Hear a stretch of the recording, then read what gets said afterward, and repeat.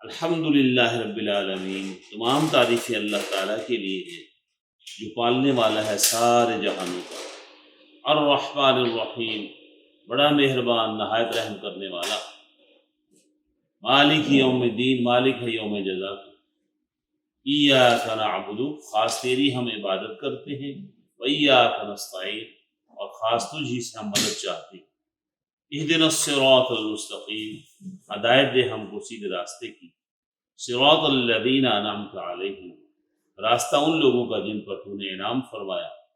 غیر المغضوب علیہم، نہ کہ غضب ہوا جن پر، ولا الضالین، اور نہ گمراہوں کے راستے۔ یہ لکھا کر دیں۔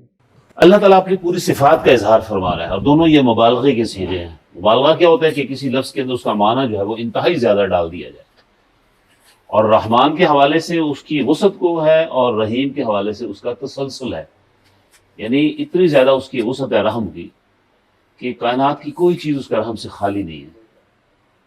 ہر وقت کائنات میں اس کی رحمتیں برستی رہتی ہیں، ہر وقت، اور ہر ایک بار ان لوگوں پر بھی ہو رہی ہیں جو خدا کے منکر ہیں، اور ان پر بھی جو خدا کو گالیاں دیتے ہیں نعوذ باللہ، اور ان لوگوں پر بھی جو خدا کا مقابلہ کر رہے ہیں۔ حتیٰ کہ منکروں کی جو تباہی ہے نا، یہ بھی اللہ کی رحمت ہوتی ہے۔ حیرانگی ہو رہی ہے آپ کو، تباہی کیسے رحمت ہو سکتی ہے؟ آپ کو جو 3-4 بندے مارنا شروع کر دیں تو 2-3 تگڑے سے آ کر ان کو پھینٹی لگانا شروع کر دیں، آپ کیا محسوس کریں گے؟ یہ رہا 2 اور لائیں گے، ایک منڈے میں ملا، مزہ بھی بڑا آیا، شکر ہے الحمدللہ کوئی انہوں بھی ٹکرا ہے۔ تو فسادیوں کو ختم کرنا بھی اللہ کی رحمت ہوتی ہے۔ اسی وجہ سے جب قوموں پر عذاب کی بات قرآن کرتا ہے تو آخر میں کہتا ہے فالحمدللہ رب العالمین، پس تعریفیں ساری اس اللہ کے لیے۔ ولولا دفع اللہ الناس بعضهم ببعض لفسدت الارض ولکن اللہ ذو فضل علی العالمین، اگر اللہ بعض لوگوں کے ذریعے سے دور نہ کرتا تو زمین کا سارا نظام فساد کا شکار ہو جاتا، لیکن اللہ تعالیٰ بڑی رحمت کرنے والا ہے جہانوں پر، تو ایسے لوگوں کو ختم کرنا ضروری ہوتا ہے۔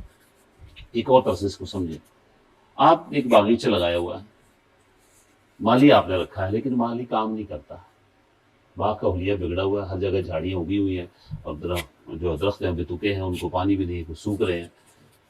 آپ دیکھ کر پوچھیں کیا کر رہے تھے، کام کیوں نہیں کرتے؟ وہ پھر آئے بائے شائیں کر کے ٹال دیتا ہے، آخر میں کیا کریں گے؟ آپ اس کو ہٹائیں گے نہیں، آپ اس کو چلو چھٹی کرو یہاں سے۔ تو یہ معاملہ ہے، یہ اللہ کا باغ ہے دنیا، اللہ اس کو ہرا بھرا آباد دیکھنا چاہتے ہیں، اور آبادی کیا ہے؟ فساد سے پاک ہو۔ جب فساد بڑھ جاتا ہے تو اللہ کی رحمت جوش میں آتی ہے، پھر وہ پیغمبروں کو بھیجتا ہے۔ شاہ ولی اللہ رحمۃ اللہ علیہ حجت اللہ البالغہ، بڑے مشہور کتاب ہے شاہ ولی اللہ کی، انسانی فلسفوں پر ہے کہ اللہ کے نبی کا آنا کیا ہے۔ آپ صلی اللہ علیہ وسلم کے دنیا میں تشریف لانے سے پہلے دنیا کے اندر یہ 2 بڑی سلطنتیں تھیں، اس میں 2 بڑے حصے تھے، مشرقی اور مغربی۔ مغربی حصہ رومن امپائر کہلاتا تھا، اور مشرقی بازنطینی سلطنت کہلاتی تھی، اور ایران بھی بہت بڑا تھا، دی پرشین امپائر بہت بڑے تھے۔ اور پرانے وقتوں میں آپ کو پتہ ہے یہ خاندانی جو حکومتیں ہوتی ہیں نا، یہ حکومتوں کو تباہ بھی کرتی ہیں۔ ہمارے یہاں بھی یہ چل رہا ہے، تباہی اس لیے آ رہی ہے یہاں پہ کہ ایک ہی خاندان پھیلا ہوا ہے، باپ صدر ہے، بیٹا وزیر اعظم ہے، بھتیجے جو ہیں وہ وزیر ہیں، داماد جو ہے وہ چیف جسٹس لگا ہوا ہے، اور ایک داماد جو آرمی چیف لگا ہوا ہے۔ لوگ کس کے آگے فریاد کریں؟ لوگ اللہ کو پکارتے ہیں، اللہ جی کو رحمت کرو، اللہ کو، اللہ کی رحمت جوش میں آتی ہے تو پھر کوئی نظام لانے والا آ جاتا ہے۔ تو اللہ کے نبی صلی اللہ علیہ وسلم جب تشریف لائے، اس لیے قرآن کہتا ہے وما ارسلناک الا رحمۃ للعالمین، آپ کو ہم نے بھیجا اس لیے تھا کہ اللہ جہانوں پر رحم کرنا چاہتا تھا، تو آپ اس کی رحمت کے نظام کو لائیں گے۔ الرحیم جو ہے اس کی تسلسل کو ہے کہ دنیا کے اندر بھی رحم کرتا رہتا ہے، آخرت کے اندر بھی کرے گا، لیکن آخرت کے اندر صرف اپنے نیک بندوں پر کرے گا، ظالموں کو سزا دے کے رہے گا، وہ چھوڑے گا نہیں وہ کسی کو، کیونکہ اس دنیا کی بنیاد طبعی قوانین پر ہے، فزیکل لاز پر ہے، آخرت کی بنیاد اخلاقی قوانین پر ہوگی۔ جس کے پاس اخلاقیات وہاں نہیں ہوں گے اس کو وہاں کچھ بھی نہیں ملے گا۔ اس لیے ہم بات یہ کہتے ہیں کہ پورے دین کا جو مغز ہے وہ اخلاقیات ہے۔ اگر کسی بندے کا مذہب ایسا ہے جو اخلاقیات پیدا نہیں کر رہا تو وہ بیکار ہے۔ کیونکہ نبی علیہ الصلوۃ والسلام نے اپنی بعثت کا جو مقصد بیان فرمایا وہ کیا تھا؟ بعثت لأتمم مکارم الاخلاق، کہ میں اس لیے مبعوث کیا گیا ہوں کہ میں اخلاق عالیہ کی تکمیل کروں، اخلاق فاضلہ کی تکمیل کروں، اور اخلاق رذیلہ کو، گھٹیا قسم کی عادات و اطوار اس کو لوگوں سے ختم کروں۔ تو یہ اللہ کی رحمت کا نظام ہے۔ جی اچھا جی، میں آ جاتا ہوں۔ ہم نے سٹارٹ لیا تھا اعوذ باللہ سے، اعوذ باللہ، لفظ اللہ، اس کو ہم اس کے اوپر بحث کرتے ہیں۔ اس کے ساتھ کا لفظ قرآن پاک نے استعمال کیا الہ، جس کا ترجمہ ہم نے معبود کیا، کلمے کے اندر بھی ہے نا، لا الہ الا اللہ۔ تو لفظ الہ، اس کو سمجھ لیں آپ۔ ہمارے اندر گمراہیوں کا ایک سبب یہ بھی ہے کہ ہم نے قرآنی جو ورڈز ہیں، الفاظ ہیں، ان کے بنیادی معنی ہمارے ذہن میں نہیں ہے۔ یہ 4-5 الفاظ ہیں، ان میں سے ایک لفظ الہ بھی ہے۔ ہم نے تو اس کا ترجمہ کیا ہوا معبود۔ یہ عربی زبان کا لفظ ہے۔ یہ قرآن پاک میں 2698 بار استعمال ہوا، یہ لفظ 2698 بار یہ لفظ استعمال ہوا ہے۔ اللہ اصل میں تھا الہ، الہن تھا، اس کے اوپر الف لام آ گیا ہے اس کو پراپر ناؤن بنانے کے لیے، جیسے گاڈ اور دی گاڈ، یا ہارس اور دی ہارس، اس کو پراپر ناؤن کر دیا گیا۔ یا اللہ کا لفظ قرآن پاک میں نہیں ہے، اس کی جگہ قرآن پاک نے اللہم کا لفظ استعمال کیا ہے۔ اور دعاؤں کے اندر بھی اکثر یا اللہ نہیں ہے، اللہم زیادہ آتا ہے۔ اکثر دعائیں ایسی شروع ہوتی ہیں، اللہم علینا حق حقا، اللہم اغفر للمؤمنین والمؤمنات، سارے اللہم سے شروع ہوتے ہیں۔ عربی میں کہتے ہیں آلہہ الیہ یألہ، اس نے گھبرا کر کسی سے پناہ مانگی تو اس الہ نے اس کو پناہ دے دی۔ پناہ بندے کو پناہ ہم کب مانگتے ہیں؟ جب ہم مشکلات سے بے بس ہو جاتے تو ہمیں ایک ایسی ہستی کی ضرورت ہوتی ہے جو ہمیں اپنی رحمت میں گھیر لے، ہمیں بچا لے مشکلات سے۔ تو الہ ایک ایسی ہستی جس کی بندہ مشکلات کے اندر پناہ ڈھونڈتا ہے، یا اس سے مشکلات دور کرنے کی دعا مانگتا ہے، استدعا کرتا ہے، التماس کرتا ہے۔ اس کا ایک معنی یہ بھی ہے کہ ایک ایسی ذات جس پر جب آپ غور کریں تو آپ کی عقل حیرانگی کا شکار ہو جائے۔ پنجابی کہتے ہیں مت ماری جائے، سمجھ ہی کچھ نہ آئے، یعنی جتنا آپ غور کرتے جائیں گے الہ پر، آپ کو کچھ سمجھ میں نہیں آئے گا یہ کیا ہستی ہے وہ۔ اور غور کرتے کرتے آپ کی عاجزی اور درماندگی بڑھ جائے گی، آپ بے بس ہو جائیں گے۔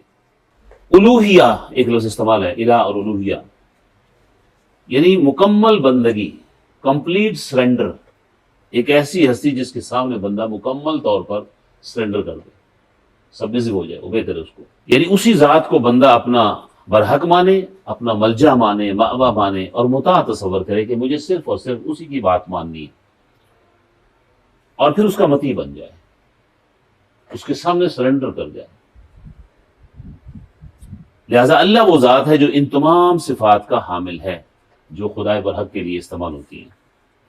اچھا، یہ اس میں ذات ہے اللہ کا، اس کے بارے میں چند عجیب و غریب چیزیں۔ انسان کتنا گمراہ ہے، لیکن آج تک کبھی آپ نے نہیں سنا ہوگا کہ کسی بندے نے کسی چیز کا نام اللہ رکھ لیا ہو۔ گمراہی اس وقت اپنی انتہا پر ہے، اور پرانے وقتوں میں بھی تھی، لیکن ایسا کبھی نہیں ہوا۔ یعنی اس نام کا اتنا روب اور جلالت ہے کہ کبھی کسی کی جرت نہیں ہوئی کہ کسی کا نام رکھ لے۔ اور تمام کی تمام جو اعلیٰ صفات ہیں وہ اسی کی طرف منسوب ہوتی ہیں تمام مذاہب کے اندر۔ اس کا جب آپ ٹرانسلیشن کرتے ہیں انگلش میں تو اس کو آپ بڑے جی سے لکھیں گے، چھوٹے سے نہیں لکھیں گے، یعنی خاص الہ۔ اور جب اس کو بڑے جی سے آپ لکھ رہے ہیں تو پھر اس میں اس کا پلورل نہیں ہے، اس کے جینڈر میں نہیں ہے، مؤنث نہیں ہے اس کا۔ ہاں جب آپ اس کو چھوٹے جی سے لیں گے تو اس صورت میں اس کی جمع بھی ہوگی، گاڈس، اور اس کی مؤنث بھی آتی ہے گاڈس۔ اس صورت میں اس کا ترجمہ پھر اللہ نہیں ہوگا، دیوی دیوتا یا الہ، کیونکہ الہ جو ہے وہ زیادہ معنوں میں استعمال ہوتا ہے۔ ایک معنی ہم نے بھی یہاں کیا کہ ایسی ذات جس کے بارے میں بندہ حیرانگی کا شکار ہو جائے گا، جتنا غور کرے گا اس کی حیرانگی بڑھتی جائے گی۔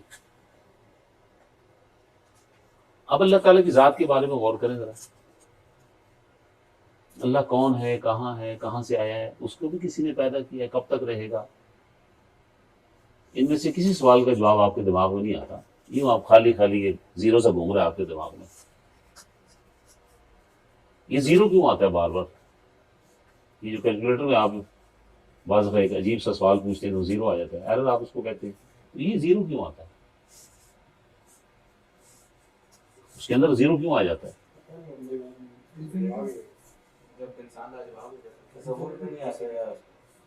میں اس کی بات کر رہا ہوں، کیلکولیٹر کی کیوں آتا ہے؟ یعنی بنانے والے نے اس کا جواب اس کے اندر فیڈ نہیں کیا. وہ سادہ کیلکولیٹر ہے، وہ 4 سوال کرے گا، 4 سوالوں کا جواب دیتا ہے، جمع تفریق ضرب اور تقسیم کا دیتا ہے. آپ اس سے اسکوائر روٹ پوچھیں گے تو وہ ایرر آ جائے گا. ہمارے دماغ میں یہ زیرو کیوں گھوم جاتا ہے؟ نہیں فیڈ کیا اس سے. اور عقلی طور پر جس کا ہم یوں کہیں گے کہ ایک بڑی چیز کے اندر تو چھوٹی چیز سما سکتی ہے، اور چھوٹی چیز کے اندر بڑی کہاں سے گزریں گے آپ؟ ایک رنگ ہے، اس کے اندر سے بال تو گزر جائے گا، فٹ بال کیسے گزرے گا؟ تو ہمارا دماغ محدود ہے، اللہ کی ذات لامحدود ہے، اس وجہ سے وہ ہمارے دماغوں میں نہیں آتا. اور اسی وجہ سے اللہ کے نبی صلی اللہ علیہ وسلم نے منع کیا کہ اللہ کی ذات پر غور نہ کرو، پاگل ہو جاؤ گے، دماغ فیل ہو جائے گا تمہارا. ہاں اس کی صفات پہ غور کیا کرو.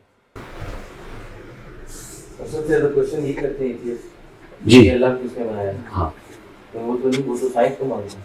تو یہاں پہ آ کے کئی لوگ اپنے جواب دیتے ہیں. سوال یہ ہے کہ سائنس کو کس نے بنایا؟ آپ کو الٹا سوال یہ ہے کہ سائنس کدھر سے آئی؟ سائنس کیا چیز ہے؟ بھائی پہلے گاڑی آئے گی تو پھر گاڑی کا بنانے والا آئے گا نا. جو تو اس نے بنا کے بھرا ہوگا سارا کچھ، پہچانو اب اس کو. یہ آپ کو آزمائش میں ڈالا گیا کہ ہر چیز کا بنانے والا ہے، تو تم کہتے یہ سارا کچھ ویسے ہی آ گیا. یہاں آ کر جو ایتھیسٹم کی بات ماری جاتی ہے، اور آگے سے پھر وہ بودھی حرکتیں کرتے ہیں، پنجابی کہتے ہیں بونگیاں مارتے ہیں. پھر یہ کدھر سے آیا سارا کچھ؟ اسی کو اللہ نے دلیل بنایا ہوا. اللہ فرماتا دیکھتے نہیں ہو تم؟ درختوں کو دیکھو، پہاڑوں کو دیکھو، سورج چاند تاروں کو دیکھو، پانی کو دیکھو، ہوا کو دیکھو، بجلی کو دیکھو، زمین کو دیکھو، سونا چاندی پتھر، ہزاروں لاکھوں چیزیں تمہارے سامنے. لیکن یہاں سید مودودی کیا فرماتے ہیں کہ یہ ہمارے جو محققین ہیں، ریسرچرز ہیں، سارے کے سارے یک چشم ہیں، کانے نے سارے. زمین کی تہوں میں گھس جائیں گے، فضاؤں کے اندر گھوم رہے ہیں، ایٹم کو توڑ دیا، لیکن وہاں تمہیں خدا نظر نہیں آتا. صرف ایک ہی سوال ہے نا، وہ کون ہے؟ ایک دفعہ ہمارے فزکس کے پروفیسر لیکچر دے رہے تھے کسی مسئلے پر نا، تو میں نے کہا جی یہ سارا کچھ پھر کس نے کیا؟ کہتے ہیں جی فزکس اس کو ڈیل نہیں کرتی، فزکس اس کو ڈیل نہیں کرتے. میں نے کہا بڑی بونگی فزکس آپ کی. تو بیسک سوال ہے کہ آپ زمین کی کھدائی کرتے جا رہے ہیں، 60 فٹ کے اوپر پانی کی لہر آتی ہے، پھر 60 فٹ جاتے ہیں نیچے، پھر مٹی اور ریت آتی ہے، پھر پانی آ جاتا ہے، پھر نیچے جاتے ہیں 300 فٹ آپ نیچے گئے ہیں تو پانی کی لہر آتی جا رہی ہے، پھر گیس آنی شروع ہو جاتی ہے، پھر آپ کا کروڈ آئل آنا شروع ہو جاتا ہے، پھر لاوے آنے شروع ہو جاتے ہیں. کون ہے یہ آ رہی ہے اتنا کچھ کرنے والا؟ اس سوال کے ذریعے ایتھیسٹ جو ہے خاموش ہو جاتے ہیں. یہ جان بوجھ کر خاموش ہوتے ہیں. تو یہ حضور صلی اللہ علیہ وسلم نے مطلب اس حوالے سے منع کیا. ہاں صفات پہ غور کرو، کیونکہ وہ ناممکن ہے. آپ کے ذہن کے اندر اس کی گنجائش نہیں ہے. آپ کو بخار چڑھ جائے گا، دماغ کی چولیں ہل جائیں گی، حتیٰ کہ آپ کو پاگل خانے جانا پڑ جائے گا. پاگل خانے میں جائیں، دیکھیں کتنے لوگ پڑے ہوئے ہیں، وہی کام سارے. اللہ کی تلاش میں کئی لوگ لگے لگے پاگل ہو گئے. ہندوؤں کی سمادھیوں میں چلے جائیں آپ، یہ جو ملنگ مارے پھرتے ہیں، وہ ٹڑال کڑال بڑال بڑال، وہ یہی ہے سارا کچھ. اللہ مل نہیں رہا ان کو. اب سوال ایک بڑا سا ہے جی علی آپ سے، اللہ کے بارے میں سب سے اتھینٹک معلومات کہاں سے ملیں گی؟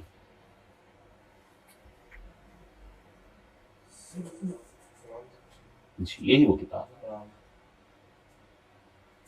اللہ نے اس کو چھوڑا نہیں ہے کہ آپ جو ہے ویسے اگر وہ اس کو نہ نازل کرتا تو پھر آگے میں آ رہا ہوں ہدایت کے معاملے سے ہم بات کریں گے کہ پھر یہ کیا ہوگا. اسی طرح علیہ یا لہو باب نصرہ ینصر سے بھی یہ لفظ آتا ہے، اس کا معنی ہوتا ہے پناہ دینا. ایک ایسی ہستی جس کا اقتدار اور غلبہ تسلیم کیا جائے، اقتدار اور غلبہ اس کی ساورینٹی کو تسلیم کیا جائے، اور جس کا حکم مانا جائے، کسی کی محکومیت اختیار کی جائے. یہ سارے اس کے معنی ہیں. فرعون نے موسیٰ علیہ السلام کو جو دھمکی دی تھی، کیا لئن اتخذت الہا غیری، اگر تو نے میرے سوا کسی کو الہ مانا، لأجعلنک من المسجونین، میں تجھے جیل میں ڈال دوں گا، قید کر دوں گا تمہیں، اگر میرے سوا کسی کو الہ مانا. وہاں الہ کس معنی میں؟ اقتدار، ساورنٹی، مقتدر اعلیٰ.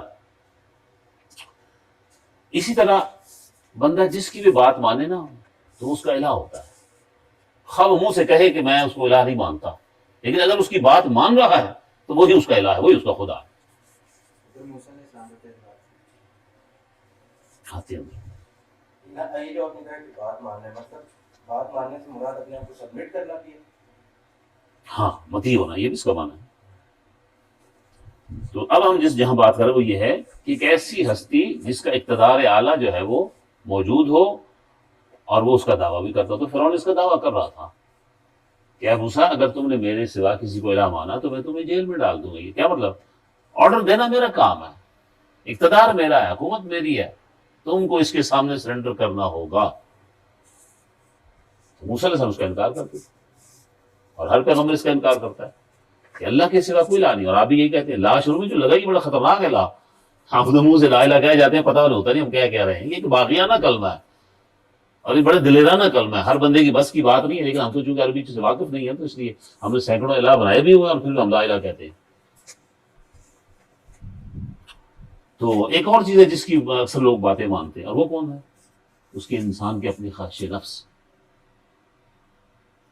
کس کی بات مان رہا ہے؟ اپنی خواہش نفس کی. میں آئی، اس کو بھی لیا ہے قرآن نے. ارأیت من اتخذ الہہ ہواہ، کیا آپ نے دیکھا اس شخص کو جس نے اپنی خواہشات کو اپنا الہ بنایا ہوا ہے؟ یعنی اس کے جسم پر سارا کنٹرول اس کی خواہشات کا ہے. مقتدر اعلیٰ سورین اس کو مان رہا ہے. وہ سادہ سی مثال میں اس کی یوں دیتا ہوں. کئی لوگ آپ کو ملیں گے اور جی اسی کسی کی گل نہیں مندے، ہاں اسی چھاج میں جائیے چھانڑی میں جائیے ننگے نہ یہ ننگے نچیے تانوں کی. تو یہ کون ہے؟ اپنے خواہش نفس کی بات مانتا ہے. اس کو بھی قرآن نے الہ کہا ہے. اور سب سے بنیادی الہ یہی ہے جو بندے کو مار رہا ہے. ہم میں سے ہر بندہ خواہشات کا پتلا بنا ہوا ہے. خدا تو کسی کونے میں رہ گیا نا جو اصلی خدا ہے. ہم تو خواہشات کے بندے بنے ہوئے. تو جب تک اس کو نہیں ماریں گے آپ کچھ نہیں آگے بڑھ نہیں سکتے اسلام کے اندر. پہلی ضرب یہاں پہ لگتی ہے آگے. اور جب لا الہ آپ کہتے ہیں تو یہ سارے الہ کی نفی ہو رہی ہے، ہر قسم کے الہ کی نفی ہو رہی ہے. ہاں وہ آپ کا خواہش نفس ہے، ہاں دنیا کو بننے خام آپ کا حکمران بنا ہوا ہے اور آپ کو خدا کے خلاف احکامات دیتا ہے. یا آپ کے بچے ہیں اور بیویاں وہ آپ کو باتیں منوا رہی ہیں. آپ کی برادری بھی آج خدا بنی ہے نا. وہ جی آپ کو نہیں پتہ یہ ہماری عوانوں کی برادری، ہمارا تو یہ رول ہے اور خدا کچھ اور کہہ رہا ہے. یہ بھی اس کو الہ بنانے کے برابر ہے. وہ کہ دنیا میں ہم اس کا فتویٰ نہیں دیتے، نہ ہم اس پوزیشن میں ہیں، لیکن اللہ کے ہاں یہ بات چلے گی ضرور. اس لیے اسلام کی تعریف اللہ کے نبی نے کیا کی ہے؟ عقل مند کون ہے اور بے وقوف کون ہے؟ الکیس من دان نفسہ، ہوشیار اور عقل مند وہ ہے جو اپنے نفس کو متی بنائے خدا کا، خدا کے سامنے سرنڈر کرے. یہ عقل مند آدمی ہے. وعمل لما بعد الموت، اور موت کے بعد کی تیاری کرے. اور بے وقوف کون ہے؟ وہ the stupid one. من اتبع ہواہ، وہ الہہ ہواہ، جس نے پیروی کی اپنے خواہشات نفس کی. ویتمنی علی اللہ، اور اللہ کو امیدیں بنائے بیٹھا ہے. خیر ہے جی اللہ غفور رحیم، اللہ بڑا رحم کرنے والا، اللہ بڑا کرم والا. اور تو پیروی کس کی کر رہا ہے؟ اطاعت کس کی ہو رہی ہے؟ اپنی خواہشات کا بندہ بنا ہوا. تو اس کی نفی کریں گے آپ.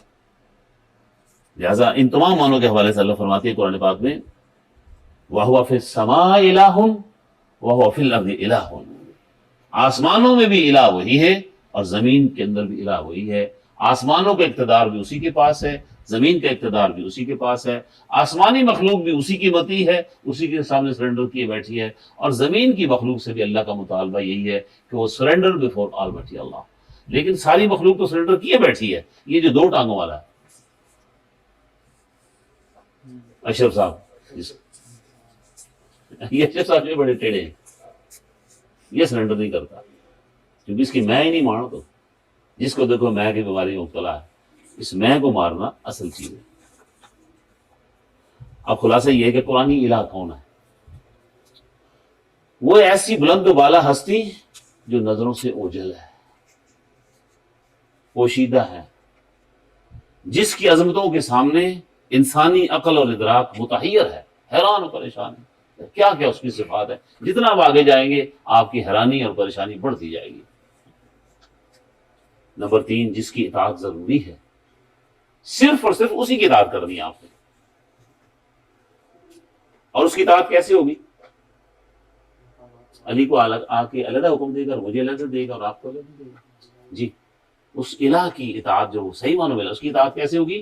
اس کے قوانین کے ذریعے سے، اس کے ضابطوں کے ذریعے سے، اس کے بائلاز کے ذریعے سے، اور بائلاز اس کے اندر ہے، اور اس کی وضاحت اللہ کے نبی نے اپنی سنت سے کر دی ہے. ٹھیک ہے، اس لیے فرمایا کہ الا لہ الخلق والامر، تخلیقات بھی اسی کی ہے اور حکم بھی اسی کا ہے. آپ کائنات کی کسی چیز پہ انگلی رکھ کر کہہ دیں کہ یہ اللہ نے نہیں بنائی، کسی اور نے بنائی ہے، تو پھر کسی اور کی اطاعت بھی آپ کر لیں. جب آپ یہ کہتے نہیں کہ سارا کچھ اللہ نے بنایا، تو پھر اللہ ہی کی اطاعت ہوگی. اور یہاں پھر میں بات کروں گا، کتنے شعبوں میں اطاعت ہوگی؟ صرف مذہبی شعبے میں ہم اللہ کی بات مانیں؟ نہیں، جس شعبے کے اندر اس نے ہدایات دی ہے اس کے اندر اس کی بات مانی جائے گی، خواہ وہ شعبہ آپ کو اچھا لگتا ہے یا برا لگتا ہے. You have to surrender before almighty اللہ. یہ آپ مسلمان تب ہوں گے. اعوذ باللہ کی اللہ کی تصویر آئی، اس کے مطلب سے شیطان آیا ہے نا، اس لیے شروع میں اس کو رکھا گیا ہے. یہ بیسکس آپ کے کنسپٹس کلیئر ہونے چاہیے کہ اللہ کون ہے اور شیطان کون ہے. پھر آگے بات سمجھیں. شاطانہ یشتنو، باب نصر ینصر سے لفظ آتا ہے، اس کا لفظی معنی ہے دور ہونا، دور ہونا یا مخالفت کرنا. شیطان کیا کرتا ہے؟ نیکی سے دور ہے اور نیکی کی مخالفت کرتا ہے ہر حال میں. یہ اس کی سمجھ لیں کہ بیسک اس کی تھیوری ہے کہ میں نے ہر حال میں نیکی سے دور رہنا ہے اور نیکی کی مخالفت کرنی ہے. بعض دفعہ وہ نیکی کا حکم دیتا ہے لیکن اس کے اندر بھی شر پوشیدہ ہوتی ہے،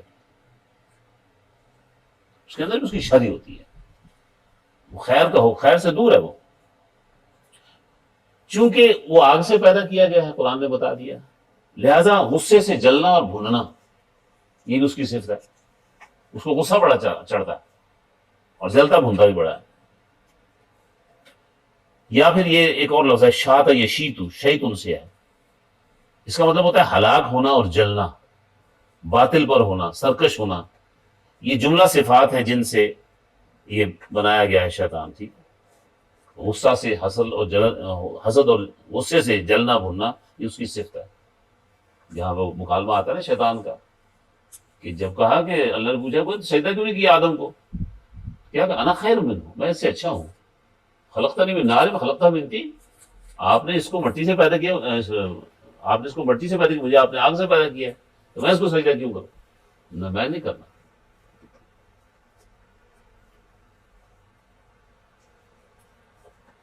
آخرت میں یہ دوزخ میں جائے گا.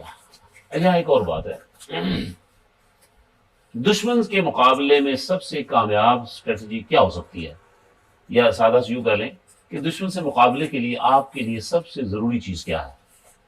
کسی بھی دشمن سے مقابلے کے لیے آپ کے لیے سب سے ضروری چیز کیا ہے؟ جی جی، اور جی آپ کیا کہتے ہیں؟ جی ول پاور. جی آپ کیا کہتے ہیں؟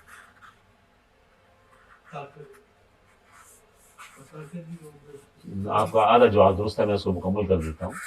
علم، نالج از پاور، علم کی طاقت.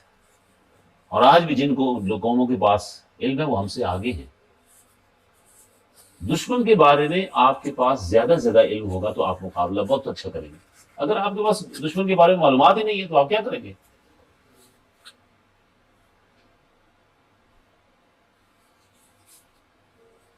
کیا کر رہے ہیں ہمیں کو اطلاع آتی ہے کہ باہر آپ کے دشمن بیٹھے ہوئے ہیں، ہمیں پتہ ہے کچھ نہیں، ہم کیا کر سکیں گے؟ لیکن اگر معلومات ہیں نا تو ہم کچھ نہ کچھ کر لیں گے. جب معلومات نہیں ہوگی تو آپ کیا کریں گے؟ ہمیں پتہ چلتا ہے کہ نہیں جی وہ خالی ہاتھ ہے لیکن یوں 3-4 بندے بیٹھے ہیں. نہیں میں تو پہلوان ہوں، کراٹے کا ماہر ہوں، 3-4 بندے بھڑکا ہی لوں گا تو آپ باہر نکل آئیں گے. نہیں جی ان کے پاس ڈنڈا ہے تو ٹھیک ہے، میں جوڈو کراٹے کا ماہر ہوں، ڈنڈے کو میں ڈیل کر لیتا ہوں، چھری کے وار سے مجھے بچنا آتا ہے، میں کر لوں گا. نہیں جی اس کے پاس اسلحہ ہے، اچھا ٹھیک ہے اس کے پاس اسلحہ ہے. اب آپ نے کسی دوست کو فون کریں گے یار یہ بندے باہر بیٹھے ہیں ان کو نپٹو، تو معلومات کی بیس پہ آپ آگے بڑھ سکتے ہیں. اگر معلومات ہی نہیں ہے تو آپ وہیں کے وہیں بیٹھے رہیں. اب سوال یہ کہ شیطان کے بارے میں ہماری معلومات کا کیا حال ہے، جس کو قرآن واضح طور پر کہتا ہے انہ لکم عدو مبین فاتخذوہ عدوا، یہ تمہارا سری دشمن ہے اور تم اس کو دشمن ہی سمجھو. ہمارے پاس اس کے بارے میں معلومات کیا ہے؟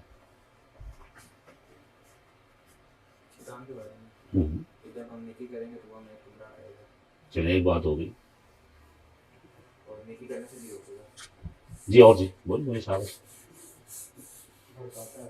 بڑھ پاتا ہے.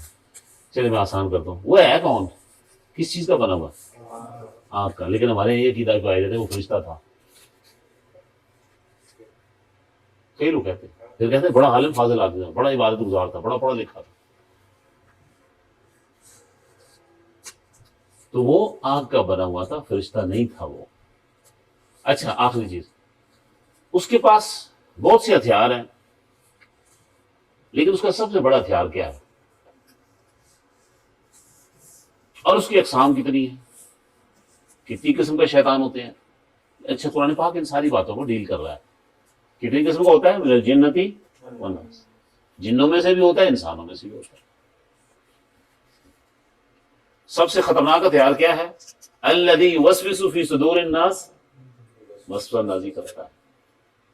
اس سے آگے وہ نہیں چل سکتا، اللہ نے اس کو باؤنڈ کیا ہوا ہے. سب سے اس کا خطرناک ہتھیار وسوسہ اندازی ہے. اور اگر ہم یہ 8-9 بندے بیٹھے ہیں اور یہ کہا جائے کہ ہر بندے کے لیے اس کے پاس علیحدہ وسوسہ ہے، تو یہ غلط نہیں ہے.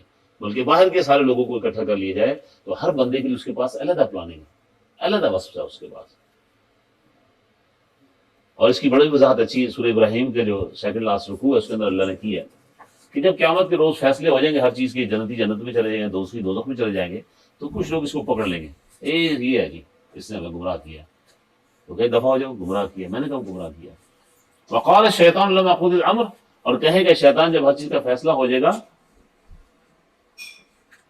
وقال الشیطان لما قضی الامر ان اللہ وعدکم وعد الحق ووعدتکم فاخلفتکم، اللہ نے جو تمہارے ساتھ وعدے کیے تھے وہ سارے سچے تھے، میں نے جو سارے وعدے کیے تھے وہ سارے جھوٹے تھے. لوگوں کے ہوش اڑ جائیں گے، اور ہم تو اس کے پیچھے چلتے رہے اور یہ تو آج یہ کہہ رہا ہے. پھر کہے گا وما كان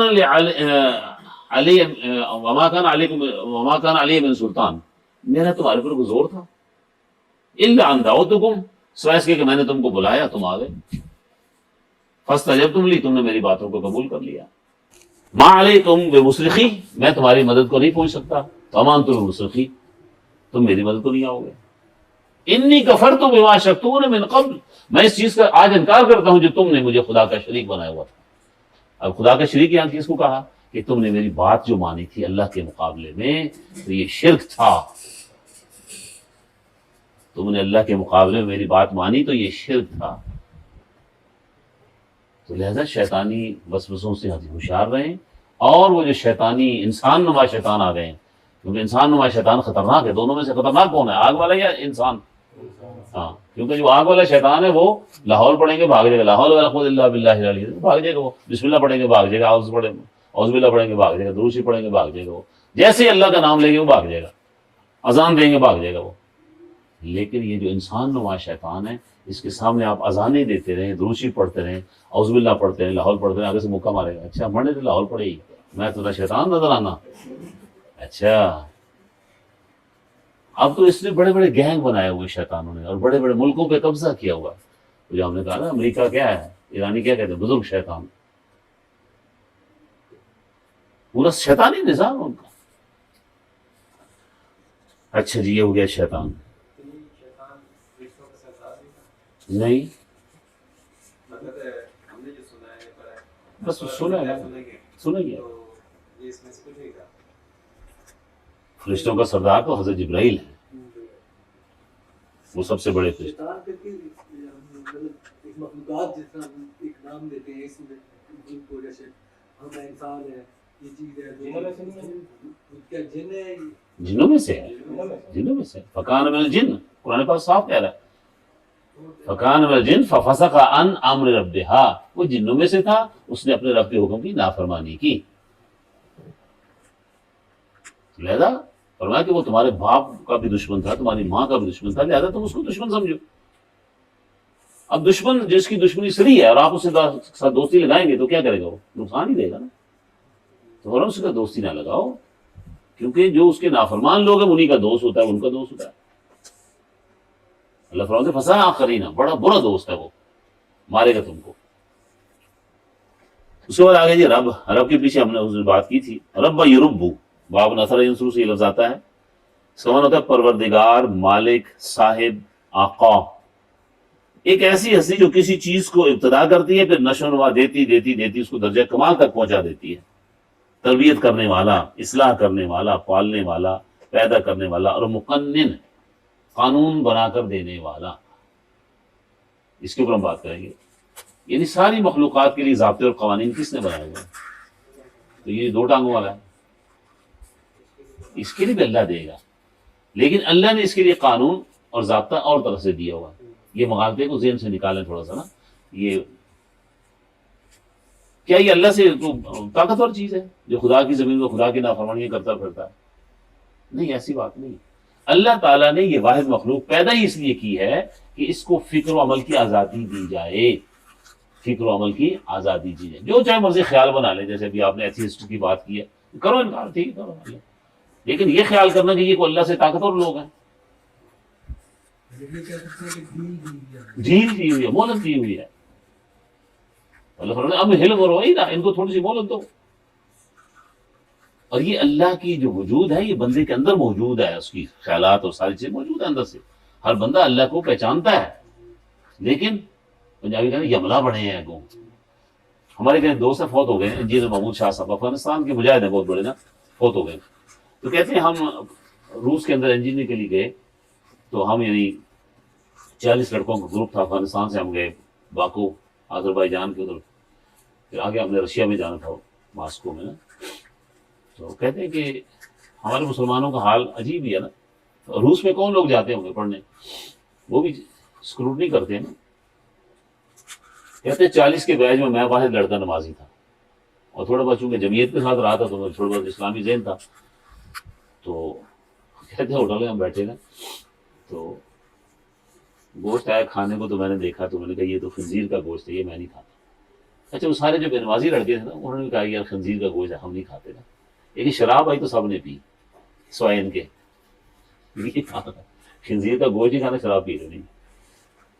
کہتے ہیں کہ ہماری جو ٹیچر تھی نا کمیونزم کی، جس طرح ہمارے یہاں اسلامیات لازمی پڑھائی جاتی ہے تو وہاں کمیونزم لازمی پڑھایا جاتا ہے. اور کمیونزم کیا ہے؟ خدا کے انکار کا عقیدہ کہ خدا کوئی نہیں. کہتے ہیں ہمارے ٹیچر جو تھی ڈبل پی ایچ ڈی تھی اپنے سبجیکٹ کے اندر، انہوں نے کہا بڑے سے بڑا مسلمان لاؤ اور خدا کے ماننے والا لاؤ، میں یوں انکار کراتی ہوں خدا کا. اتنی اس کی مہارت تھی اپنے سبجیکٹ پہ. تو میرے ساتھ چونکہ میں نمازی تھا تو بحث بڑی اس کی چلتی رہتی تھی ٹیچر کی. میری چونکہ جمعیت نے تربیت کی ہوئی تھی، تو کہتے ہیں ایک دن وہ کہتے ہیں چلو ہم بیچ پورا جھیل کی سیر کرتے ہیں. تو میڈم آگے تھی تو میں پیچھے تھا. چلتے چلتے جھیل کے اندر جب کشتی آئی نا، تو کشتی پہ میڈم نے پاؤں رکھا نا، کشتی ہلی نا جب، تو کہتی اوہ مائی گاڈ. تو میں پیچھے کھڑا تھا نا، میں نے کہا میڈم یہ کیا ہو گیا آج؟ تو رنگ اس کا ہلدی کی طرف فک ہوا ہے. تو مجھے کہتی ہے محمود یہ میرے منہ سے اتفاقاً نکل گیا ہے. میں نے کہا میڈم میں آپ کو قرآن پاک کی آیت سناؤں گی. فرمایا کہ میں نے سنایا اس کو سورہ عنکبوت کی آیت، وَإِذَا رَكِبُوا فِي الْفُلْكِ دَعَوُا اللَّهَ مُخْلِصِينَ لَهُ الدِّينَ فَلَمَّا نَجَّاهُمْ إِلَى الْبَرِّ إِذَا هُمْ يُشْرِكُونَ. ان مشرکوں کا حال یہ ہے کہ جب یہ کشتیوں میں بیٹھتے ہیں تو اللہ کو خالص کر کے پکارتے ہیں، اور جب ہم ان کو نجات دے دیتے ہیں یہ پھر شرک شروع کر دیتے ہیں. تو کہتی ہے محمود تمہاری یہ کتاب بڑی گہری بات کرتی ہے. اور میڈم یہ تو آپ کے اندر کی بات کرتی ہے. ڈر تو آپ گئی ہیں نا، ہل تو آپ گئی ہیں نا، لیکن آپ نے اس کے اوپر کیموفلیج کر دیا، پینٹ چڑھا دیا. نہیں اتفاقاً نکل گیا تھا. یہ قرآن اندر سے بات کرتا ہے بندے کی، اور اس کی سچائی کی بڑی وجہ بھی یہی ہے کہ ہر بندے کے اندر کے تارے لاتا ہے. یہ کامل لاتا ہے جب ہم اس کو سمجھ کے پڑھیں گے. بے سمجھے پورن ستارے کو نہیں لاتا. سمجھ کا بٹن آن کریں گے تو کچھ بات بنے گی نا. اس کے بعد لفظ عبادت آ گیا جی. بندگی اور غلامی کرنا. غلامی کیا ہوتی ہے؟ ایک ملازم ہوتا ہے اور ایک غلام ہوتا ہے، دونوں میں فرق کیا ہے؟ اور ایک فرق تو بتا دیا آپ نے، اور کیا فرق ہے؟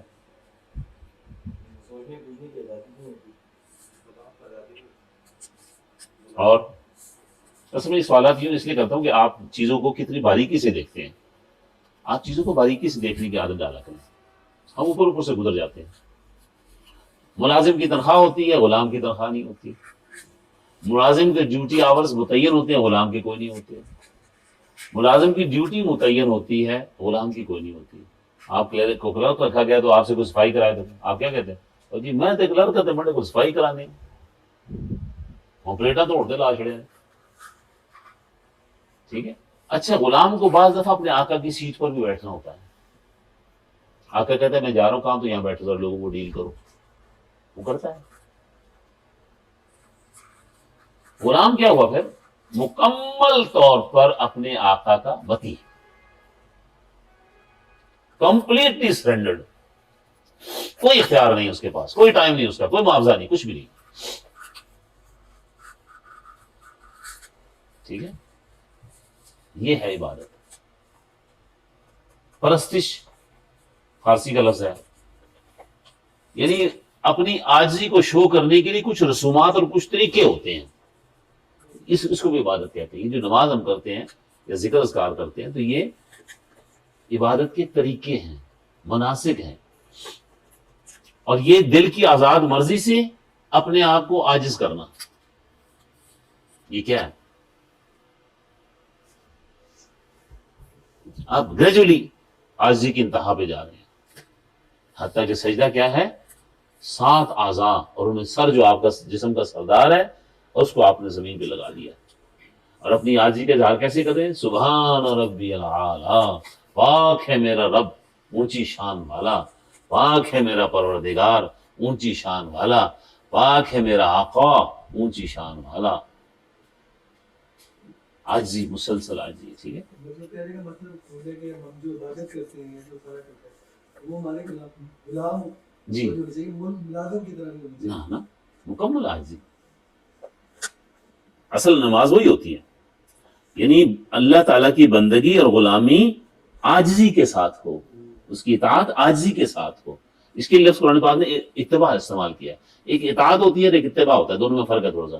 اطاعت کے اندر تھوڑی سی سختی ہوتی ہے اور اتباع کے اندر مکمل خوشی عاجزی کے ساتھ. یہ مطلوب اللہ کو. تو اس کا مطلب ہو گیا غلام کم ہے تو ملازم زیادہ ہے. جی ایسے ہی، ایسے ہی. اسی وجہ سے ہم نے اس کے کھانے بنائے ہوئے نا کہ بس مذہبی معاملے میں ہم اس کی عبادت کر لیتے ہیں، باقی باہر نکل کر ہم اس کی عبادت سمجھتے ہی نہیں. تو اللہ کے نبی نے بات سمجھائی ہے. ایک بندے نے پوچھا اللہ کے نبی سمجھا رہے تھے کہ اللہ تعالیٰ کی بات کی، تو آپ نے فرمایا کہ جب بندہ اپنی بیوی سے ہم بستری کرتا ہے تو اس پر بھی اللہ ثواب دیتا ہے. صحابی بڑھ رہا ہوں، کمال ہے جی، وہ تو ہم اپنے مزے کے لیے جاتے ہیں تو بیویوں کے پاس تو ہمیں ثواب ہوتا ہے. اللہ کے نبی نے سمجھایا کہ اگر تو یہ خواہش کسی غیر جگہ پر پوری کرتا تو تجھے گناہ ہوتا. تو فرمایا جب اس کے حکم میں کیا تو ثواب ہوگا. کیسے سمجھائی بات؟ یہ بھی ہمارا عبادت کا غلط تصور ہے. ہم نے صرف نماز روزے کو عبادت، حج کو عمرے کو عبادت سمجھا ہوا ہے. آپ جس حال کے اندر ہیں وہاں پر اللہ کے حکم کو آپ پورا کریں گے تو یہ آپ کی عبادت ہوگی، اللہ آپ کو اجر دے گا اس کا. آپ بازار میں جا رہے ہیں، عورتیں سامنے آ گئی، آپ نے چہرہ پھیر لیا، کیا خیال ہے اللہ اجر نہیں دے گا؟ معذور ملا، آپ نے اٹھا کے اس کو راستہ پار کرا دیا، اللہ اجر نہیں دے گا؟ دے گا. تو یہ عبادت کا ایک جامع تصور اسلام نے دیا ہے. اور ہم چونکہ ایک زوال زدہ ذہنیت کے ساتھ رہ رہے ہیں، غلامانہ ذہنیت کے ساتھ، تو غلامانہ ذہنیت میں یہ ہوتا ہے کہ ہمارے تصورات سارے کے سارے بگڑ جائیں گے. وہ کہ ہم اللہ کو مانتے ہیں، رسول کو مانتے ہیں، لیکن وہ مکمل جو قرآن کہہ رہا ہے اس انداز سے ہمارا وہ انداز نہیں بن رہا. اسی طرح اس ذات کی جس کے سامنے آپ عاجزی کر رہے ہیں اس کی انتہائی تعظیم کرنا بھی ہے. اور اس حوالے سے ہم ماشاءاللہ بڑے ہوشیار ہیں کہ اللہ کے نام لکھا ہوا کاغذ زمین پہ گرا ہوا ہے تو آپ فوراً اٹھائیں گے کہ نہیں. اللہ کے نبی، حتیٰ کہ اللہ کے نبی کا نام بھی آپ نہیں گرنے دیں گے. کیوں؟ ہم ان سے پیار کرتے ہیں، تعظیم کرتے ہیں بہت زیادہ. آخرت کا عقیدہ کیا ہے؟ مالک یوم الدین. اس کے 4 سٹیپس ہیں، ذہن رکھیں. نمبر 1، ہر انسان نے مرنا ہے، اس کا کوئی منکر نہیں ہے دنیا میں. حتیٰ کہ جن روسیوں کا ہم نے ذکر کیا ہے کافروں کا، وہ بھی انکار نہیں کرتے. کیوں نہیں انکار کرتے؟ روز مر رہے ہیں، عورتیں بھی مر رہی ہیں، مرد بھی مر رہے ہیں، تو انکار کون کرے گا اس کا؟ تو یہ جو پہلے سٹیپ ہے آخرت کے عقیدے کا، اس کا کوئی منکر دنیا میں نہیں ہے. انکار شروع ہوتا ہے دوسرے سٹیپ سے. آخرت کے عقیدے کا دوسرا سٹیپ کیا ہے؟ دوبارہ زندہ کیا جائے گا، دوبارہ زندہ کیا جائے گا. یہاں سے لوگوں کا انکار شروع ہوتا ہے. وہ جی یہ کیسے ہو سکتا ہے؟ یہ جو ہو سکنا ہے جی، اتنے سارے انسانوں کو اللہ دوبارہ زندہ کرے گا، یہ کیسے ہو سکتا ہے جی؟ اور نہیں جی یہ نہیں ہو سکتا، ہیہات لما توعدون، بڑی دور کی بات ہے، بعید از عقل بات ہے جو محمد کہتے ہیں کہ تم کو دوبارہ زندہ کیا جائے گا۔ ایک بندہ قبرستان سے ہڈیاں اٹھا کے لے آیا، اے محمد آپ کہتے ہیں یہ دوبارہ زندہ ہوگا؟ کیسے ہوگا؟ ہاتھ تو لگائیں، ہڈیاں بھربھری ہو چکی ہیں، خستہ ہو چکی ہے، کیسے ہوگا؟ قرآن پاک سمجھانے کے دو طریقے استعمال کرتا ہے، ایک نیگیٹو ایک پازیٹو، مثبت اور منفی۔ بعض دفعہ منفی طریقہ زیادہ مؤثر ہو جاتا ہے۔ مثبت طریقہ یہ تھا کہ اللہ کے نبی فرماتے کہ یہ ہڈی ہے، ران کی ہے، اس کے اوپر اللہ کولے کی ہڈی جوڑے گا، پھر پنڈلی جوڑے گا، پھر پسلیاں جوڑے گا، پھر کہے کون فیکون، بندہ زندہ ہو جائے گا۔ تو یہ پازیٹو تھا۔ فرمایا اس کو نیگیٹو لیا، فرمایا سے پوچھو یہ ہڈیاں آئی کدھر سے؟ اب اس کے دماغ کی چولیں ہلیں گی نا۔ کیا کہا قرآن نے؟ کیا کہا؟ اس سے پوچھو ہڈیاں آئی کدھر سے؟ سوچو کدھر سے آئیں گے جی؟ تو زندہ تھا تو کدھر سے ہوا وہ؟ نہیں یہی تو مسئلہ نہیں ہے، وہ تو اللہ کو تو مان ہی رہے نا۔ دیکھیں قرآن پاک کا سمجھانے کا سٹائل کتنا عجیب ہے، واضح بڑا عجیب ہو جاتا ہے کہ بندے کے ذہن کو ہلا کے رکھ دیتا ہے۔ اس سے پوچھو ہڈیاں آئی کہاں سے ہیں؟ تو پوچھا ہڈیاں کو کون زندہ کرے گا؟ یہ تو بات کا سوال ہے نا، آئی کدھر سے ہیں؟ پھر فرمایا سورہ یاسین ہے، قل یحییھا الذی انشأھا اول مرہ، کہ ان ہڈیوں کو دوبارہ زندہ وہ ذات کرے گی جس نے پہلی بار بنایا تھا۔ اور پہلی بار کے بنانے کو بھی وہ جانتے تھے کہ بچہ کیسے پیدا ہوتا ہے، شادی ہوتی ہے، پھر نطفہ جاتا ہے، پھر نطفہ جو ہے وہ علقہ بنتا ہے، علقہ مضغہ بنتا ہے، مضغہ جو ہے وہ ہڈیاں بنتی ہیں، ہڈیوں پر گوشت چڑھتا ہے، گوشت کے اوپر کھال چڑھتی ہے، پھر نر مادہ بنتا ہے، پھر جب پورا ٹائم ہو جاتا ہے تو آٹومیٹک وہ فیکٹری اس کو باہر نکال دیتی ہے۔ کیا یہ عورتوں کے اختیار میں ہے؟ نہیں میں حال ہی نہیں جمنا بچہ، نہیں جب وہ ٹائم پورا ہوگا تو یہ نکالنا پڑے گا۔ تو جو خدا یہ کچھ کر رہا ہے تو دوبارہ نہیں پیدا کر سکتا۔ اب نطفے کی ہم بات کر رہے ہیں، نیچے چلے جائیں آپ، یعنی وہ جو سپرمز ہیں وہ تو عام خوردبین سے نظر بھی نہیں آتے۔ عورت کے جسم کے اندر بھی طوفان مچا ہوتا ہے، مرد کے جسم میں طوفان مچا ہوتا ہے، اور اندر وہ لڑائی ہو رہی ہوتی تو بس سپرمز کی اور ایگز کی، اور سب سے جو ان میں طاقتور سپرم ہوتا ہے وہ جا کر اس کے شیل کو توڑ دیتا ہے انڈے کے، اور اس میں گھس جاتا ہے۔ تو 9 مہینے خدا اس کی پرورش کر رہا ہوتا ہے، پھر ماں کے پیٹ میں بچہ ہل رہا ہوتا ہے۔ آج کل تو لڑکے لڑکی کو پتہ کرنے کے لیے وہ الٹرا ساؤنڈ کراتے ہیں نا، پرانے وقتوں میں بھی لوگ کر لیتے تھے۔ لڑکا ہو تو ماں کے پیٹ میں اس کی موومنٹ زیادہ ہوتی ہے، اور لڑکی ہو تو اس کی ہونٹ کی حرکت زیادہ ہوتی ہے، ہوتی ہیں زیادہ نا عورتیں۔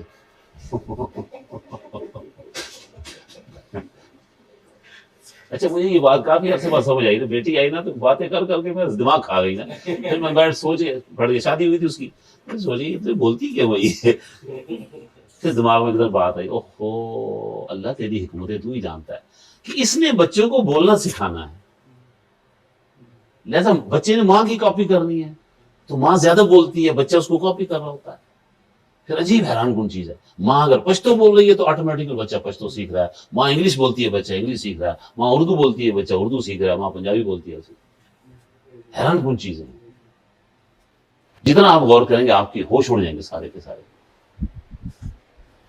تو دوبارہ زندہ کرنا اللہ کے لیے کوئی مسئلہ نہیں ہے۔ اللہ فرماتے کل انھا زجرۃ واحدہ پیدا بالساہرہ، ہمارے لیے کوئی مسئلہ نہیں، ہم ایک زور کی ڈانٹ پلائیں گے اور اچانک سارے باہر آ جائیں گے، اڑپ تمہاری ایسی تیسی، سارے اٹھ کھڑے ہوں گے، پھر کہیں گے او من بعثنا من مرقدنا، ہم کو ہماری خوابگاہوں سے کس نے جگا دیا ہے؟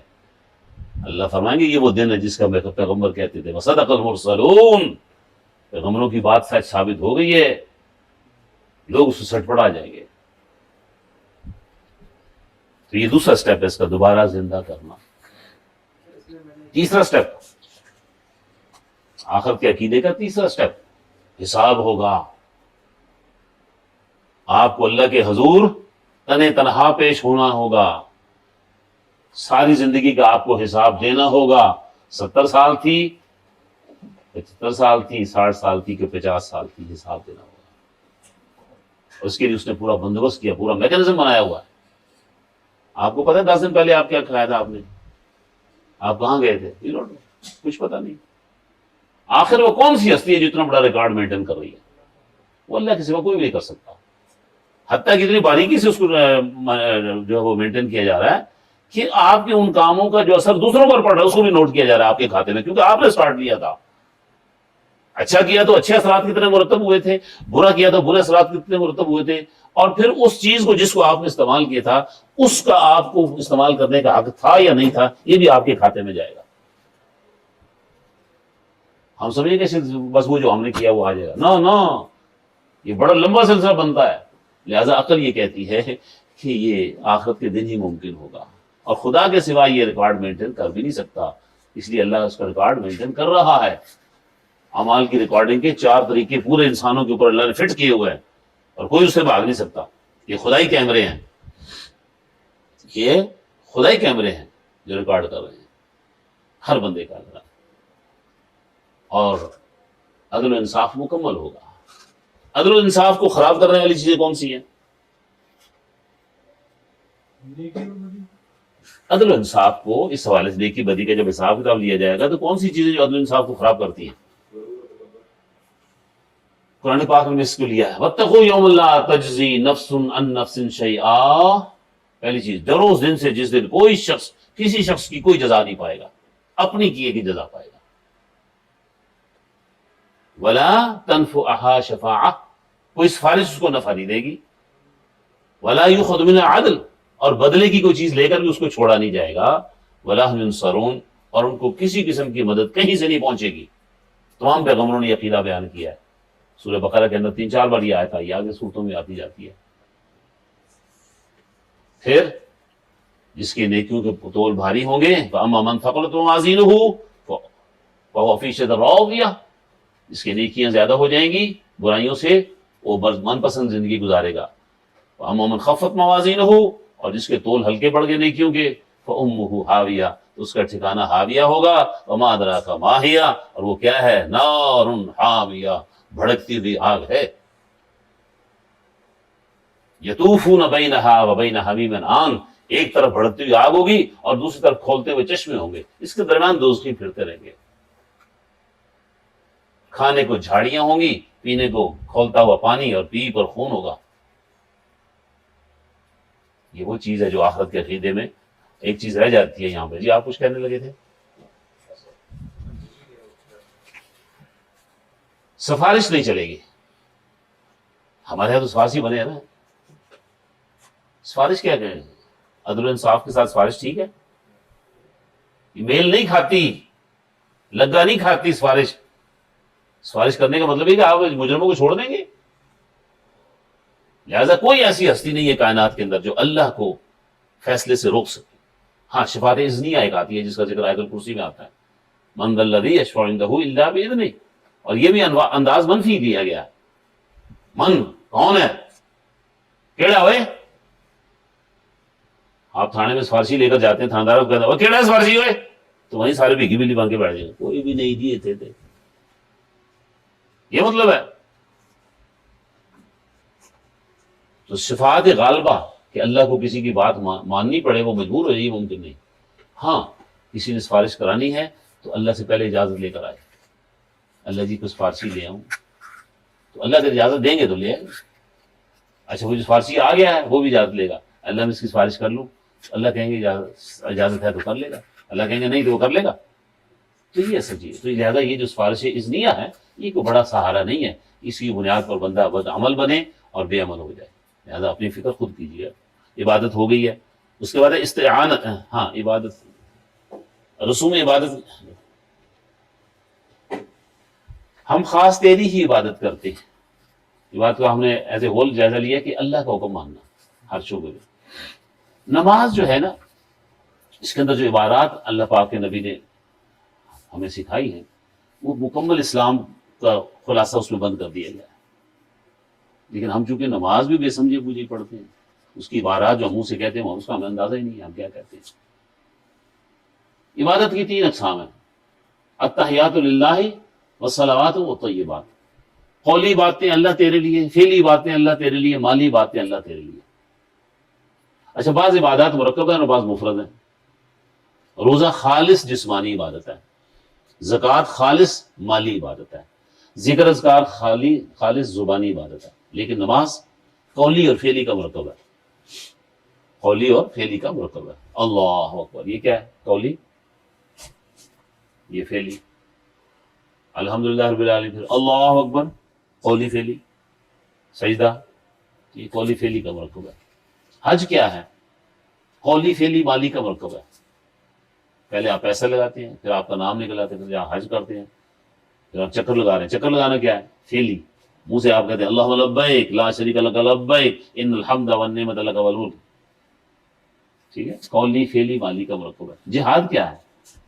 جہاد کی عبادت ہے، یہ تو ہم نے بیچ میں رکھا ہی نہیں نا۔ ہم تو زیادہ اسلام حدیثوں سے لیتے ہیں، قرآن سے تو لیتے ہی نہیں۔ جہاد کے بارے میں 920 آیات ہیں قرآن پاک کی، 920، بہت بڑی تعداد ہے۔ 6236 میں سے 920 آیات جہاد اور قتال سے متعلق ہے۔ جہاد کے اندر کیا استعمال ہوتا ہے؟ قولی فعلی مالی تینوں۔ حج کا اور جہاد کا بڑا گہرا تعلق ہے۔ حج کو جہاد اصغر کہا اور میدان والے جہاد کو حج اکبر کہا گیا ہے، جہاد اکبر کہا گیا ہے۔ اور نفس کے خلاف جہاد چونکہ یہ بیس ہے، اس کو بھی جہاد اکبر کہا گیا ہے۔ تو یہ بھی عبادات کے اندر ہے۔ اس کے بعد آگے استعانت۔ اللہ تعالیٰ کی رحمت اتنی زیادہ ہے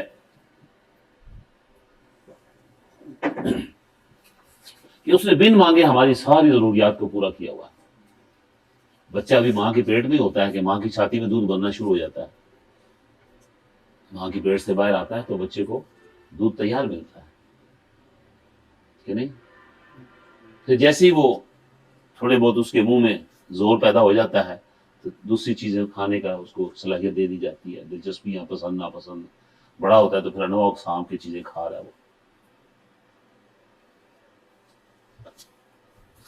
اگر کوئی چیز آپ کو ضرورت پڑ جائے اور آپ اس سے مانگے تو وہ نہیں دے گا، ہے نہیں دے گا، نہیں دے گا۔ تو پھر انسان کیوں دوسروں سے جا کے مانگ رہا ہے؟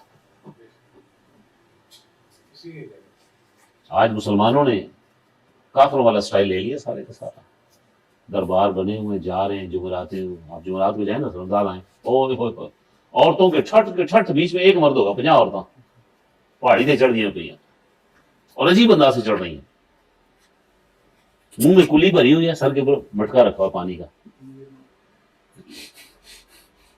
اوپر جا کے کروڑی کرے گی یہ کلی تو اس کو کاکا ہو جائے گا۔ عجیب قسم کے بیوقوف بنے ہوئے لوگ۔ پھر وہاں جا کے پراندے باندھیں گے، پھر جناب وہ دھاگے باندھیں گے، پھر تالے لگائیں گے کہ ہمارے مقدر کھل جائیں گے اب۔ اور شرک کے سر پہ کچھ سین ہوتے ہیں، یہی شرک ہے سارے کا سارا۔ ایاک نستعین، جب ہمیں زندگی میں ضرورت پڑے گی، مشکلات کے اندر مبتلا ہوں گے، صرف اللہ تجھ سے سوال کریں گے، صرف تجھ سے سوال کریں گے، نہیں صرف اسے سوال کرنا۔ غیر کے در پہ جانا آپ کو اچھا لگتا ہے؟ نہیں سمجھ آ رہی بات؟ آپ کی بچہ ہے، آپ کے مہمان آ گیا ہے تو آپ، بچہ بھی ساتھ ہی بیٹھا ہے تو آپ اندر چائے بنوانے کے لیے کہنے گئے بیگم کو، تو بچہ پیچھے سے کہتا ہے انکل 50 روپے دے نا۔ آپ نے کلمہ سن لیا ہے، اب کیا ہوگا جی؟ کیوں غصہ چڑھا آپ کو؟ خیر 50 ہی تو مانگے ہیں، غصہ کیوں چڑھ گیا؟ ماں باپ اس سوچ کے حامل ہوتے ہیں کہ ہم نے اتنا سا پٹولا سا ہم نے تجھے سارا کچھ دیا ہے، کھانا پینا لباس سردی گرمی داج ماج، تو 50 روپے ہم نہیں دے سکتے تھے، کیوں مانگا تم نے؟ اور ماں ہو تو آنٹی 50 روپے دے، ٹوٹر پڑنے تھے کیوں مانگے؟ جتنی غیرت خدا نے ہمارے ماں باپ کو دی ہے، خدا اس سے کہیں زیادہ غیرت مند ہے۔ بڑا غصہ اللہ کو چڑھتا ہے، اور میرا بندہ سارا کچھ میں نے دیا تو جا کے مانگتا ہے تو کیا دے گا؟ کیا وہ اس نے پہلا کیا کیا ہے؟ کیوں مانگا تم نے اس سے؟ وقال ربکم ادعونی استجب لکم، اور تمہارے رب نے یہ فیصلہ کر دیا گیا ہے کہ مجھ سے مانگو میں تمہیں دوں گا، مجھ سے مانگو۔ لیکن ہمارے یہاں ایک عقیدہ بڑا غلط پایا جاتا ہے، کیا؟ یہ جی ہم تو گناہ گار لوگ ہیں، گندے لوگ ہیں، ہماری خدا سنتا نہیں، تو یہ آپ اللہ کے نیک بڑے ولی ہیں، آپ ہم دیں گے ہمیں۔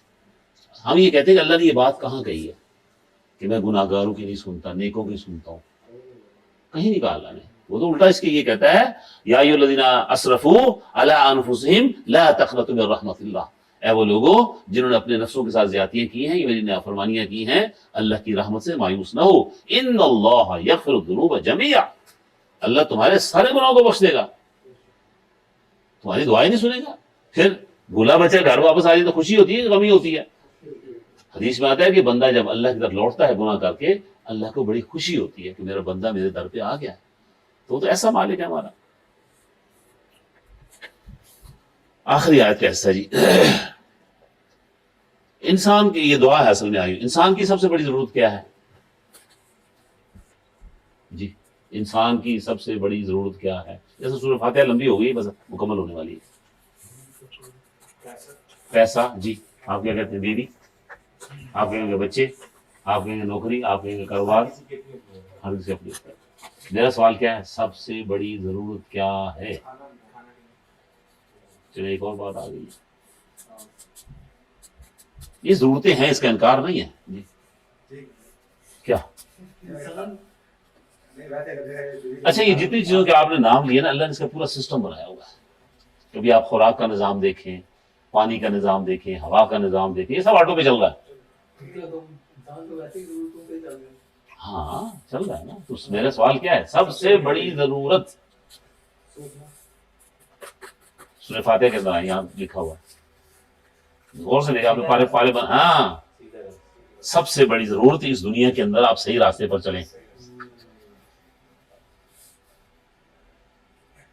یہ سب سے بڑی ضرورت ہے، کیوں کہ اگر آپ نے غلط راستہ اختیار کر لیا ہے تو آپ کی دنیا بھی خراب ہو جائے گی اور آخرت تو لازمی خراب ہو جائے گی۔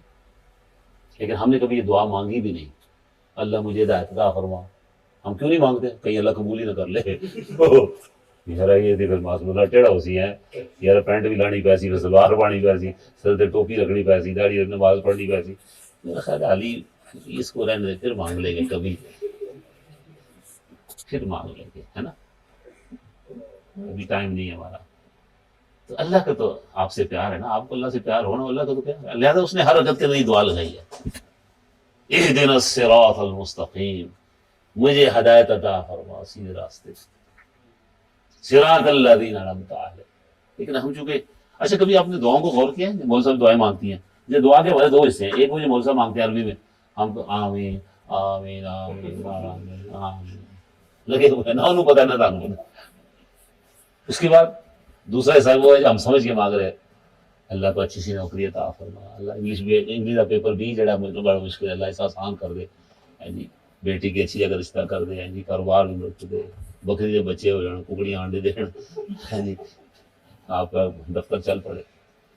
اچھا ان میں سے کوئی دعا اللہ نے قرآن پاک میں نہیں سکھائی۔ آپ کا ہدایت کے اوپر ہونا ہی آپ کی سب سے بڑی ضرورت ہے۔ ہوم ڈو یو فالو، آپ کس کے پیچھے چل رہے ہیں؟ جس کے پیچھے آپ چل رہے ہیں آپ کا انجام اس کے ساتھ ہی ہوگا، لہٰذا بی ویئر آف اٹ، بڑے ہوشیار رہیں آپ کس کے پیچھے چل رہے ہیں۔ یہاں ڈگڑیاں بڑی لگ رہی ہیں اس وقت، ڈگڑی مار رہا ہے آپ ادھر، تو ہوش میں رہیں۔ اچھا اللہ نے اس مسئلے کو بھی ویسے نہیں چھوڑا آپ کے لیے، یہ آ گئی پہلے کہتے ہیں ہدی للمتقین، وہاں کیا تھا؟ اہدنا الصراط المستقیم، اور ہدی للمتقین، ہدی للناس۔ ویسے اگر اللہ کی کتاب نہ نازل کرتا تو ہمارا حال بڑا برا تھا، کیوں کہ ہدایت کے راستہ تلاش کرنے میں آپ کو بڑی مشکل پیش آنی تھی۔ ہم مسائل کا حل کیسے کرتے ہیں؟ پہلے ہم ایک مفروضہ مقرر کرتے ہیں، پھر اس کے اسباب فراہم کرتے ہیں، پھر اس کا مائنس پلس کر کے اس کا نتیجہ نکالتے ہیں۔ 2 سال کے بعد پتہ چلا کہ یہ تو راستہ جو آپ نے لیا یہ تو غلط تھا، اب کیا کریں گے؟ اب ایک اور مفروضہ لیں گے، سپوزیشن لیں گے، پھر اس کے اوپر غور و فکر کر کے پھر راستہ ڈھونڈیں گے، ہو سکتا ہے پھر بھی جواب ٹھیک نہ آئے۔ اس وجہ سے اللہ کہتے ہیں میں نے تمہیں ساری کوفت سے بچا لیا ہے، مگر اگر تم حق کی تلاش میں پھرتے مارے تو ہو سکتا ہے 10 سال میں بھی تمہیں راستہ نہ ملتا، 50 سال میں بھی نہ ملتا۔ اور ہم بھی دیکھ لیں جو لوگ اس کو چھوڑ کے بیٹھے ہیں وہ 20 سال 70 سال لگے ہوئے ہیں، ابھی بھی ان کو رائے راست کا پتہ نہیں ہے، حالانکہ منہ سے کہتے ہیں اہدنا الصراط المستقیم، پتہ ہی نہیں ہم مانگ کیا رہے ہیں۔ اس کے اوپر بہت لمبا لیکچر ہے میرا، پورے 1.5 گھنٹے کا۔ اچھا اس کا یہ کوشچن ہے کہ اب اللہ نے تو کہنا کہ تم اس چیز کی مطلب مجھ سے دعا مانگو یا مجھ سے اس چیز کو طلب کرو، تو ہم اپنی خواہشات یا ہم اپنی مصیبتیں پریشانیاں دیکھ کے کیوں ہم اللہ سے وہ کرتے ہیں؟ جب اللہ نے کہا کہ تم اچھا یہ الفاظ اللہ کے ہیں لیکن اللہ کہلا آپ سے رہا ہے وہی ہے. ہم کو ہدایت دے سیدھے راستے کی، پھر راستہ ان لوگوں کا جن پر تو نے انعام فرمایا. اب انعام کن پر فرمایا؟ جن کو آپ انعام یافتہ سمجھ رہے ہو، خدا نے اس کو لیا ہی نہیں. آپ کے نواسی پر بڑے انعامات ہیں، زرداری پر بڑے انعامات ہیں، عمران خان پڑھ لے بلے بلے بلے، اللہ نے ان کا نام نہیں لیا. من النبیین والصدیقین والشہداء والصالحین، یہ نام یافتہ گروہ ہے، انبیاء کا گروہ، صالحین کا گروہ، صدیقین کا گروہ، صلحاء کا گروہ. ان کے پیچھے چلو، اس کو فالو کرو.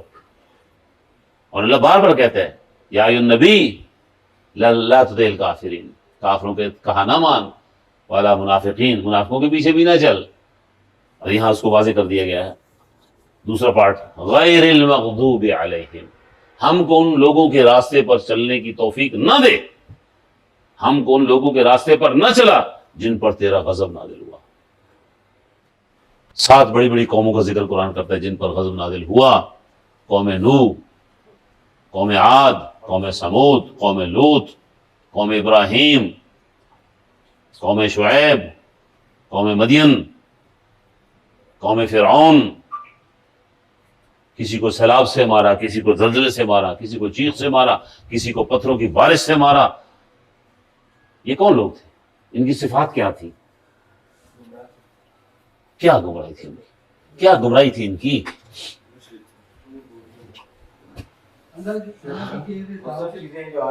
اللہ کی کئی ہوئی باتوں کے مخالف تھے، پیغمبروں کی تعلیمات کے مخالف تھے، ان کے راستے کو روکنے والے تھے، ان کے آگے رکاوٹیں کھڑی کرنے والے تھے. یہ بہت بڑا موضوع ہے قرآن پاک کا. آج ہم نے کبھی غور نہیں کیا ہم کن لوگوں کے پیچھے چلے، ہم یہ فالو، کبھی غور نہیں کیا آپ نے؟ میں جی عمران خان نالم، ہم مجھے بتائیں عمران خان ہدایت یافتہ آدمی ہے، نیک آدمی ہے؟ بولو نا جی. ہو سکتا ہے زنانی ہوئے، ہو سکتا ہے جو کہہ رہے ہیں، ہو سکتا ہے تو کچھ بھی ہو سکتا ہے. ہاں تو کرتا کی ہے. اچھا ہم جو ہے نا وہ ظاہری ڈراموں کے اوپر چلے جاتے ہیں، اللہ نے اس کو نہیں لیا. تقویٰ ادھر ہوتا ہے، خدا خوفی ادھر ہوتی ہے. یہ نہیں کہ اس کی بات ہم کر دیں. پیر کیا کر رہے ہیں؟ پگڑی لی ہوتے، چنی لئی، آتی تصویر پڑھی، اللہ کر کیا رہا ہے؟ ادھر ہم جاتے ہی نہیں ہیں. ہم تقریروں پہ چلے، او جی بڑی سونی تقریر کرتا ہے. تقریر پہ نہ جائیں، کر کیا رہا ہے؟ جو بندہ جھوٹ بولتا ہے وہ نیک ہو سکتا ہے؟ جھوٹا نیک ہو نہیں سکتا. چھٹے کلمے کے اندر تیسرا جرم یہ بتایا گیا ہے، وَتَبَرَّأْتُ مِنَ الْكُفْرِ وَالشِّرْكِ وَالْكِذْبِ. کفر، شرک اور کذب، غیبت اور چغلی، بہتان اور بڑے بڑے گناہ، یہ سارے یہ کرتے ہیں. آپ ان کے پیچھے چلتے ہیں. جو جس کے پیچھے چلے گا قیامت کے روز اسی کے پیچھے ہوگا. یہ تو نہیں ہو سکتا کہ آپ یعنی دنیا کے اندر آپ ان خبیثوں کے پیچھے چلیں، ادھر قیامت کے روز آپ انبیاء کی لائن میں چلے جائیں گے، انبیاء کے متبع کریں. اور مجھے وینڈر تھا کہتا ہے سر جی 80 بھی انجن کر کے کسی لائن سے بڑھ جائیں گے، انجن کر کے بڑھ. میں کہ میں ڈاکانے لائن چلاؤں نا تو اگے لنگ کے داس مذاق بنایا ہوا تم لوگوں نے. تو غضب یافتہ لوگوں کے پیچھے نہیں چلنا. یہ ضروری نہیں ہے کہ اس پر غضب نازل ہوا، لیکن اس کے اندر غضب یافتہ لوگوں کی عادات اور اطوار موجود ہے. آخری چیز والضالین، جو گمراہ ہیں، یعنی پتہ ہونے کے باوجود اس راستے کو چھوڑا ہوا انہوں نے. ہم ان کو کافر نہیں کہتے، مسلمان ہی کہتے ہیں، لیکن یہ گمراہ ہونے میں کوئی شک نہیں ہے. کم از کم جو بات ہم کہتے ہیں these are misguided people, یہ گمراہ لوگ، ان کے پیچھے نہ چلیں. کیونکہ زبانی اسلام کی باتیں کرنا آسان ہے، اس دور میں کیا کرتے تھے، جس کو آج کل کہتے ہیں اسلامی ٹچ دو اس کو آپ کو الو بنانے کے لیے. سب سے پہلے یہ کام عبداللہ بن ابی نے کیا. جب جمعے کا روز ہوتا تو مسجد میں آ جاتا، اللہ کے نبی جیسے ہی ممبر پر تشریف فرما ہوتے ہی کھڑا ہو جاتا، لوگوں میں اس بات کی گواہی دیتا ہوں کہ محمد صلی اللہ علیہ وسلم اللہ کے رسول ہیں، سچے رسول ہیں، جو کچھ یہ کہتے ہیں حق ہے، تم اس کی پیروی کرو. اللہ نے اس کو لیا سورہ المنافقین کے شروع میں لیا ہے. اذا جاءک المنافقون قالوا نشهد انک رسول اللہ. جب یہ منافق آتے ہیں تو کہتے ہیں ہم گواہی دیتے ہیں کہ آپ اللہ کے رسول ہیں. اللہ فرماتے ہیں واللہ یعلم انک رسول، اللہ خوب جانتا ہے کہ آپ اللہ کے رسول ہیں، ولکن المنافقین لکاذبون، لیکن یہ منافق جھوٹے ہیں، بات سچی کر رہے ہیں جھوٹے. تو لہذا آخری بات بھی ہوگی مطلب جو پہلے جو قومیں تھیں انہیں ہم گمراہ نہیں کہیں گے. نہ نہ وہ غضب یافتہ ہیں. اس میں یہودی بھی غضب یافتہ ہیں, ان کو بھی بڑی مار پڑی ہے. 9 قسم کے عذاب اللہ نے ان کو 7 قسم کے عذاب ان کو دیے یہودیوں کو. ہماری گمراہیاں جو ہے نا وہ ہندوؤں اور سکھوں والی نہیں ہوگی, ہماری گمراہیاں یہود و نصارہ والی ہوگی. ہم ان کی حرکتیں کریں گے جس کو اللہ کے نبی نے فرمایا تھا لَتَتَّبِعَنِّ, تم ضرور بھی ضرور اتباع کرو گے اپنے سے پہلے لوگوں کا. صحابہ نے پوچھا یہود و نصارہ, فرمایا اور کون ہے؟ فرمایا کہ تم قدم بقدم اور بالست ان کی نقل کرو گے, حتیٰ کہ اگر انہوں نے کسی گو کے سوراخ میں انگلی دی تھی تم بھی جا کر انگلی ڈالو گے. آج ہمارے طور طریقے سارے ادھر چلے گئے ہیں.